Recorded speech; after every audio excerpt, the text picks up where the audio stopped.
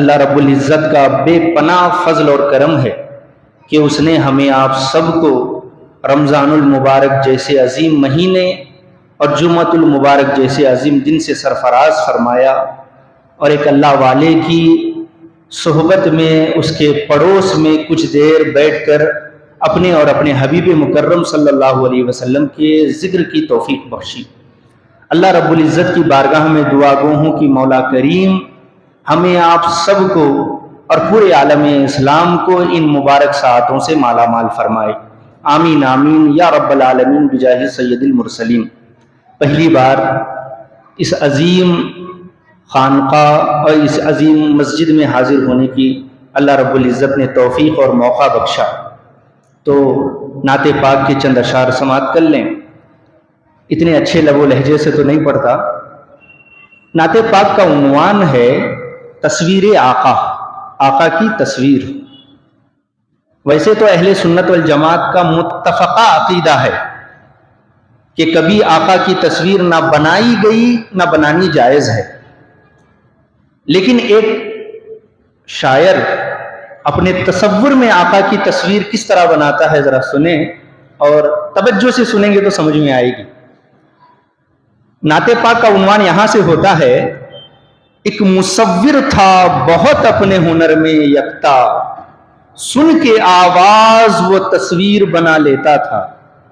ہر مصور، ہر فوٹوگرافر، ہر تصویر بنانے والا کسی کو سامنے رکھ کر تصویر بناتا ہے، کسی کو سامنے بیٹھا کر تصویر بناتا ہے، لیکن میں جس مصور کی بات کرنے جا رہا ہوں وہ دیکھ کر تصویر نہیں بناتا تھا، کسی کی آواز کو سنتا تھا اور اس کی تصویر بناتا تھا۔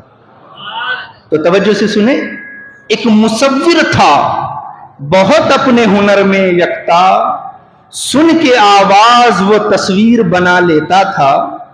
ایک روز بس صدناز میں نے چپکے سے کہا، ایک تصویر شہنشاہ دو عالم کی بنا، ایک تصویر شہنشاہ دو عالم کی بنا، ایسی تصویر کہ جس سے نمایاں ہو ہر بات، ایسی تصویر کہ جس سے ظاہر ہو نبی اکرم کے صفات۔ کیا مصور تھا، عجب واقف اسرار تھا وہ، یعنی امت کا بڑا مونس و غمخوار تھا وہ، صاحب وصف تھا، صاحب کردار تھا وہ، الغرض سوچتا ہوں کتنا سمجھدار تھا وہ، الغرض سوچتا ہوں کتنا سمجھدار تھا وہ۔ ایک دن اس نے دکھائی شہنشاہ دو عالم کی شان، لا کے رکھ دیا اس نے میرے سامنے قرآن۔ ایک دن اس نے دکھائی شہنشاہ دو عالم کی شان، لا کے رکھ دیا اس نے میرے سامنے قرآن، اور کہنے لگا لو دیکھ لو تصویر ہے یہ، اور کہنے لگا لو دیکھ لو تصویر ہے یہ، جس کی تفسیر ہے آقا اس کی تحریر ہے یہ، جس کی تفسیر ہے آقا اس کی تحریر ہے یہ، جس میں کہیں یاسین ہے تو کہیں طٰہٰ ہے، وہ شمس ہے وہ لیل ہے وہ ضحیٰ ہے، وہ شمس ہے وہ لیل ہے وہ ضحیٰ ہے۔ آیات قرآنی سے جب میں نے نبی کو دیکھا، منہ سے بے ساختہ میرے یہ اس دم نکلا، ارے اللہ کی سرتابہ قدم شان ہے یہ، انسان نہیں انسان وہ انسان ہے یہ۔ قرآن تو ایمان بتاتا ہے انہیں، پر ایمان یہ کہتا ہے میری جان ہے یہ۔ آ گئے وہ عالم میں رحمت بن کر، چھا گئے اس سارے عالم میں زندہ حقیقت بن کر، ایسی عظمت کا نبی کہیں دیکھا نہ سنا، مرحبا صلی اللہ صلی اللہ صلی اللہ، مرحبا صلی اللہ صلی اللہ صلی اللہ۔ درود پاک پڑھ لیں، اللہم صلی اللہ سیدنا کریمنا نبینا مولانا محمد وعلی آل محمد بعدد کل حسنہ و جمالہ وبارک وسلم۔ اب آپ کے ذوق کی بات تو ہو گئی، اب ذرا ہوش کی بات کرتے ہیں۔ رمضان المبارک کا مبارک مہینہ بڑی تیزی سے ہمارے درمیان سے رخصت ہونے کو ہے۔ آپ جانتے ہیں رمضان المبارک کے 3 عشرے ہیں، پہلا عشرہ رحمت کا، دوسرا مغفرت کا، تیسرا جہنم سے نجات کا۔ تو تیسرے مہینے میں، تیسرے عشرے میں ہم اور آپ گزر رہے ہیں جو جہنم سے نجات کا ہے. تو اس مناسبت سے میں نے آقا نعمت صلی اللہ علیہ وسلم کی ایک طویل حدیث کی تلاوت کرنے کا شرف حاصل کیا ہے. میرے وقت کی گنجائش میں جتنی باتیں ہو سکیں گی میں آپ حضرات کے گوش گزار کروں گا. اللہ کے نبی صلی اللہ علیہ وسلم ارشاد فرماتے ہیں سبعۃ یظل اللہ یوم القیامت فی ظلہ یوم لا ظل الا ظلہ. آقا فرماتے ہیں 7 لوگ ایسے ہیں کہ اللہ رب العزت قیامت کے دن اپنے عرش کا سایہ انہیں عطا فرمائے گا جس دن اس سائے کے علاوہ کوئی سایہ نہیں ہوگا. 7 لوگ ایسے ہیں جنہیں اللہ رب العزت اپنا سایہ عطا کرے گا. اب علماء فرماتے ہیں سائے سے مراد 2 باتیں ہیں. ایک ہے اللہ اپنے عرش کا سایہ عطا فرمائے گا، دوسری بات یہ ہے کہ اللہ اپنی رحمت کا سایہ عطا فرمائے گا. قیامت کے دن جب سورج بہت قریب آ جائے گا، آج تو بہت دور ہے اور اس کا چہرہ بھی الٹا ہے، لیکن قیامت کے دن اس کا چہرہ سیدھا ہو جائے گا اور سوا نیزے کی مسافت پہ آ جائے گا، یعنی بہت قریب ہو جائے گا. اور آج زمین کا یہ حال ہے کہ زمین کے اندر اللہ رب العزت ایک جذب کرنے کی قوت اللہ نے رکھی ہوئی ہے. اس کے اوپر کوئی چیز ڈالی وہ جذب کر لے گی. حرارت کو جذب کرتی ہے، ٹھنڈی کو جذب کرتی ہے، پانی کو جذب کرتی ہے. لیکن قیامت کے دن یہ زمین بھی تانبے کی ہو جائے گی تو اپنے اندر کوئی چیز جذب نہیں کرے گی بلکہ باہر پھینکے گی، باہر نکالے گی. اور ادھر باہر گرمی نکالے گی، ادھر سے سورج قریب، ایک دم قریب، تو لوگ پسینے میں شرابور ہوں گے. کوئی ٹکنے تک، کوئی گھٹنے تک، کوئی کمر تک، کوئی گلے تک، کوئی پورا کا پورا پسینے میں ڈوبا ہوا ہوگا اور کوئی اپنے پسینے سے بچ بھی نہیں پائے گا کہ پسینہ آ گیا ہو بھاگ کے ہم دوسری طرف چلے جائیں. وہ پسینہ نہیں، آپ جہاں جائیں گے آپ کا پسینہ بھی ساتھ ساتھ میں آئے گا. اور وہ پسینہ بھی آج کا پسینہ نہیں ہوگا. آج جو آج کل گرمی ہے نا، اس سے اس حدیث پاک کی وزن کو سمجھنے کی بڑی اہمیت ہے. الحمدللہ بڑی اہمیت ہے، ورنہ 2 گھنٹہ بولنے پہ یہ منہ نہیں سوکھا کرتا تھا، آج 10 منٹ میں سوکھ رہا ہے. تو یہ گرمی کا نتیجہ ہے. تو عرض یہ کر رہا تھا انسان قیامت کے دن اپنے پسینے سے بچ نہیں پائے گا. جہاں جائے گا پسینہ بھی ساتھ میں آئے گا، اور وہ پسینہ بھی نا آج کے جیسا نہیں ہوگا. علماء فرماتے ہیں وہ پسینہ اتنا گرم ہوگا کہ اگر اس کی ایک بوند آج اگر احد پہاڑ پر ڈال دی جائے تو احد پہاڑ بھی پگھل جائے گا. اتنا گرم پسینہ انسان کا ہوگا، اندازہ کریے. اور اتنا بدبودار ہوگا کہ اگر ایک بوند آج اگر زمین پہ ڈال دی جائے تو انسان چھوڑو جانوروں کے بھی دماغ پھٹ جائے اس کی بدبو کی وجہ سے. اتنا بدبودار پسینہ ہوگا اور کوئی سایہ نہیں ہوگا کہ جس کی پناہ میں انسان جا کر کے اپنے آپ کو بچا سکے. کوئی سایہ نہیں ہوگا. ایسے نفسی کے وقت میں آقا کا کیا بیان مزدہ رحمت بن کر کے امت کے سامنے آتا ہے. آقا فرماتے ہیں گھبرانے کی ضرورت نہیں، 7 لوگوں میں سے کوئی ایک بن جاؤ، اللہ تمہیں اپنی رحمت کا سایہ عطا فرمائے گا. اور وہ کیا ہے؟ سب سے پہلا شخص، توجہ سے سنیں، امام عادل، عادل حکمران، عدل و انصاف کے ساتھ معاملہ کرنے والا. اللہ قیامت کے دن اسے اپنے عرش کا سایہ عطا فرمائے گا. ایک بزرگ فرماتے ہیں دنیا کے 4 پلر ہیں جس کی وجہ سے دنیا قائم ہے، اگر یہ نہ رہے تو دنیا قائم نہیں رہ سکتی. کیا؟ پہلا، بے عدل الامراء، امراء کے، بادشاہوں کے عدل و انصاف کی وجہ سے دنیا قائم ہے. وہ بے سخاوت الاغنیاء، مالداروں کی سخاوت کی وجہ سے دنیا قائم ہے. بے علم العلماء، اللہ علماء کے علم کی وجہ سے دنیا قائم ہے. وہ بے دعاء الفقراء، اللہ والوں کی دعاؤں کی وجہ سے یہ دنیا قائم ہے. اور ایک عربی کا مقولہ ہے، عربی کا جملہ ہے، الملک یدوم بالکفر ولا یدوم بالظلم. ایک ملک کفر سے تو قائم رہ سکتا ہے لیکن ظلم سے قائم نہیں رہ سکتا. آپ ذرا جائزہ دنیا کا لے کے دیکھیں، کفر ہے لیکن ظلم نہیں ہے. وہ ملک ترقی کر رہا ہے، لیکن جہاں ظلم آتا ہے وہاں حکومتیں گر جاتی ہیں، برباد ہو جاتی ہیں. تو آپ کو زیادہ ٹینشن لینے کی ضرورت نہیں. ظلم وہ ظلم ہے، بڑھے گا تو دب جائے گا. خون وہ خون ہے، ٹپکے گا تو جم جائے گا. تو ملک جو ہے کفر سے تو باقی رہ سکتا ہے لیکن ظلم سے کبھی باقی نہیں رہ سکتا. تو اسلام نے اپنے ماننے والوں کو عدل و انصاف کرنے کی تعلیم دی ہے, عدل و انصاف کرنے کا سبق دیا ہے کہ جہاں رہو عدل و انصاف کرو, اور عدل و انصاف کرتے وقت اپنا اور پرایا نہ دیکھو بلکہ عدل کرو. اب آپ اتنی دیر سے عدل عدل عدل سن رہے ہیں تو آپ کو معلوم ہونا چاہیے عدل کہتے کسے ہیں. عدل کہتے ہیں اور ظلم کہتے ہیں. ظلم کو سمجھیے تو عدل سمجھ میں آ جائے گا. علماء فرماتے ہیں وضع الشیء غیر محلہ ظلم, کسی چیز کو اس کے مقام سے ہٹا کر دوسری جگہ رکھ دینا یہ ظلم ہے. مثال کے طور پہ یہ ٹوپی, اس کا مقام کہاں ہے؟ سر پہ. اور اگر کوئی شانہ آ کر اس تاج کو اٹھا کر اپنے پیر پہ رکھ لے تو یہ ٹوپی کے ساتھ ظلم ہوگا, کیونکہ اس کا مقام جہاں تھا وہاں سے ہٹا دیا گیا تو یہ ظلم ہے.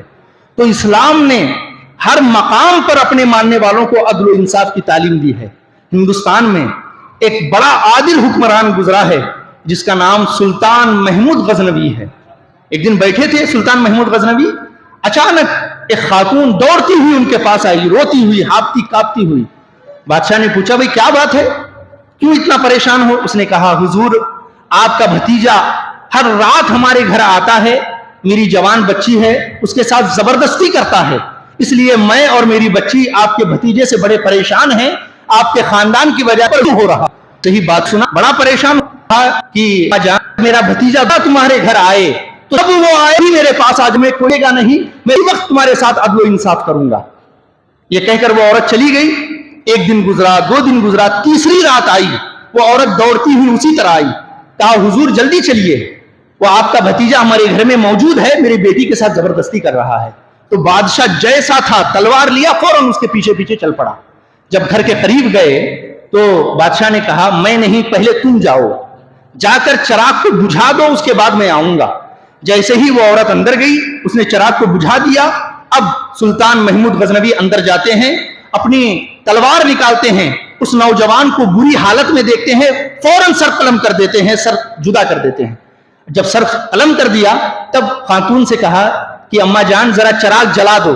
اس نے چراغ جلایا تو آپ اس کی لاش کے قریب گئے جسے مارا تھا, اسے دیکھا, کہا الحمدللہ. اس کے بعد آ کر اس کی ٹوٹی ٹوٹی چارپائی پہ بیٹھ گئے اور کہا اماں جان ایک گلاس پانی پلا دو, میں تمہارا پانی پینا چاہتا ہوں. تو اس نے پانی پیش کیا, آپ نے پانی پیا. اس کے بعد چلنے لگے. پیچھے سے وہ بوڑھی خاتون نے دامن پکڑ لیا, کہا حضور مجھے معاملہ سمجھ میں نہیں آیا, آپ میرے گھر عدل و انصاف کے لیے آئے, آپ اندر نہیں گئے, مجھے پہلے بھیجا آپ نے. اس کے بعد چراغ بجھوایا, پھر اسے قتل کیا, چراغ جلوایا, اسے دیکھا, الحمدللہ کہا, پھر مجھ جیسی غریب خاتون کے گھر میں آپ نے پانی پی لیا, مجھے معاملہ سمجھ میں نہیں آیا. تو محمود غزنوی نے کہا کہ جو تیرا معاملہ تھا وہ میں نے پورا کر دیا ہے, یہ میرے راز کی بات ہے, اسے نہ پوچھو. تو وہ خاتون بہت بضد ہو گئی. اس نے کہا نہیں حضور بتائے بغیر میں آپ کو جانے نہیں دوں گی. تو اس نے کہا اچھا سن, جب تم میرے پاس آئی تھی کہ تمہارا بھتیجا مجھ پر ظلم کر رہا ہے, تو میں نے دیکھا کہ کہیں اسے مارتے وقت میرے ہاتھ کاپ نہ جائیں اور شفقت پدری میرے سامنے نہ آ جائے, اس لیے میں نے چراغ کو بجھا دیا تھا. کہا پھر چراغ کو جلوایا کیوں؟ کہا چراغ اس لیے جلایا, تو نے کہا تھا آپ کا بھتیجا ہم پر ظلم کرتا ہے, تو میں سوچ میں پریشان تھا, میرا خون اتنا ناپاک کیسے ہو گیا ہے کہ ایک بیوہ کو پریشان کر رہا ہے, اس لیے مجھے یقین نہیں ہوا, تو میں نے چراغ جلا کر دیکھا تو وہ میرا بھتیجا نہیں, کوئی اور ایک شخص تھا جو میرا نام استعمال کر کے تمہیں تک رہا, تو میں نے اللہ کا شکر ادا کیا میرا بھتیجا نہیں ہے. تو اس نے کہا کہ آپ پانی مانگ کر آپ نے کیوں پیا؟ کہا 2 معاملے تیرے تھے میں نے بتا دیا, اب تیسرا معاملہ میرا اور میرے رب کا ہے, یہ نہیں میں بتاؤں گا. وہ پھر بضد ہو گئی, حضور بغیر بتائے میں آپ کو جانے نہیں دوں گی. تو آپ نے بتایا کہ جب سے تو میرے پاس آ کے گئی ہے میں نے رب کی بارگاہ میں قسم کھائی تھی کہ جب تک ظالم کو اس کے انجام تک نہیں پہنچا دیتا مولا نہ میں کچھ کھاؤں گا نہ کچھ پیوں گا. اب جب میں نے تیرے ظالم کو سزا دے دی ہے تو تیرے گھر میں 1 گلاس پانی کا تو میرا بنتا ہے, اس لیے میں یہاں بیٹھ کر پانی پی رہا. یہ ہے عدل کرنے والے. جب عدل کرتے ہیں تو ان کا نام سنہرے الفاظ کے ساتھ لکھ دیا جاتا ہے, اور جو ظلم کرتے ہیں ان کا نام صفحہ ہستی سے غلط حرف کی طرح مٹا دیا جاتا ہے, ان کا کوئی نام و نشان نہیں ہوتا. یہ ہے عدل و انصاف. اب جب عدل و انصاف کی بات آ گئی ہے تو اسلام کے اس عظیم عادل کی کہانی ہم کیسے بھول سکتے ہیں جن کا نام امیر المومنین خلیفۃ المسلمین حضرت عمر فاروق رضی اللہ تعالیٰ عنہ ہیں. حضرت عمر فاروق رضی اللہ تعالیٰ عنہ ہیں عدل و انصاف کے وہ عظیم پیکر. جب حضرت عبیدہ بن جراح رضی اللہ تعالیٰ عنہ نے یروشلم فتح کیا, ملک یروشلم, تو خط لکھا حضرت عمر رضی اللہ تعالیٰ عنہ کو کہ حضور یروشلم فتح ہو گیا ہے, یہاں کے لوگ امیر المومنین سے ملنا چاہتے ہیں, آپ وہاں سے چل کر مدینہ سے چل کر یروشلم تشریف لائیں. اب حضرت عمر ہیں یروشلم جانے کے لیے سفر کی تیاری کر رہے ہیں اور نکل رہے ہیں. کس طرح نکل رہے ہیں؟ کتنا بڑا لشکر لے کے نکل رہے ہیں, کتنے پروٹوکول کے ساتھ نکل رہے ہیں, کتنے فوج اور تلواریں لے کر نکل رہے ہیں؟ کچھ نہیں, اکیلے عمر نکل رہے ہیں, اکیلے عمر, اور ایک سواری ہے اور ایک غلام ہے. سواری صرف ایک ہے, کبھی خود سوار ہوتے ہیں اپنی باری کے وقت میں, اور جب غلام کی باری آتی ہے تو اسے سوار کر دیتے ہیں. یہ ہے عدل و انصاف کا پیکر حضرت عمر. سارا دن تخت سلطنت پہ بیٹھ کے لوگوں کے مسائل کو حل کرتے ہیں. میں نے کہا تخت سلطنت پہ تو غلط فہمی میں جانے کی ضرورت نہیں, ان کا تخت سلطنت مسجد نبی کی چٹائی تھی اور مسجد نبی کی شکستہ عمارت ان کا محل تھا. وہاں بیٹھ کر سارا دن انصاف کرتے تھے, اور جب رات ہوتی تھی وہی حضرت عمر اپنا بھیس بدل کر کے لوگوں کی ضرورت کو پورا کرنے کے لیے نکلتے تھے. اسی طرح ایک رات بھیس کر کے نکلے, دیکھتے ہیں کہ ایک دروازہ بند ہے, دھواں اٹھ رہا ہے اور بچوں کے رونے کی آواز آ رہی ہے. بچے بہت رو رہے ہیں. آپ قریب گئے, دروازے کو دستک دی, ایک خاتون روتے ہوئے باہر آئی. آپ نے پوچھا بچے رو رہے ہیں, انہیں کھانا کیوں نہیں دیتی, آخر اتنا رونے کی وجہ کیا ہے؟ تو اس خاتون نے کہا میں عمر کی جان پہ رو رہی ہوں, میں عمر کے لیے رو رہی ہوں. یہ سننا تھا. حضرت عمر کے پیروں تلے سے زمین کھسک جاتی ہے اور آپ پوچھتے ہیں کیا ہوا؟